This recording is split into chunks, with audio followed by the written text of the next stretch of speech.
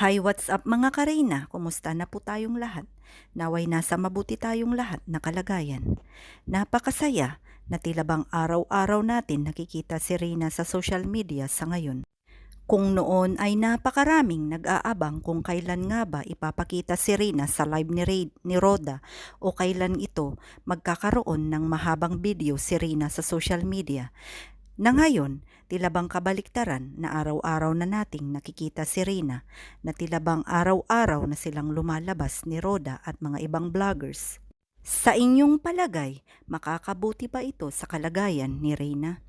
Sana ay makapag-iwan kayo ng inyong mga komento upang sa ganun ay ma-share ninyo ang ating mga saloobin sa video na ito. Maraming salamat sa ating mga bagong subscribers at mga solid sponsors, solid supporters, at mga secret viewers, mga senior citizens, at mga iba't ibang grupo na talagang hindi nagsasawa sa kwento ng buhay ni Reyna. At sa mga bago pa lang sa video na ito or sa channel natin, paki-like and share and subscribe na rin po. Maraming salamat. Para sa akin mga kareyna, napakaganda na talaga namang makipag-socialize si Reyna sa mga iba't ibang tao at makisalamuha sa mga kabataan. Ngunit sa kalagayan ni Reyna na hindi patuloy ang magaling ay kailangan niya rin minsan ng pahinga mga kareyna.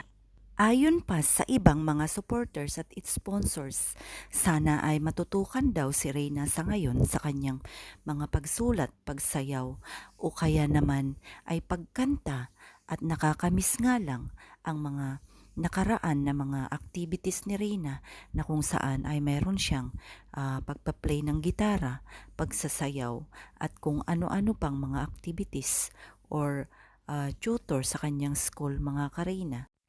Medyo nakakalungkot lang isipin na hindi na natin nakikita sa ngayon na sa pagkaalam nga natin ay nagkulang na si Reyna sa budget kaya naman hindi na ito nangyayari dahil sa mga ibang sponsors ay hindi na ito nagsusuporta. Sa inyong palagay, ano kaya ang kadahilanan na umatras na ang mga sponsors na iba ni Reyna?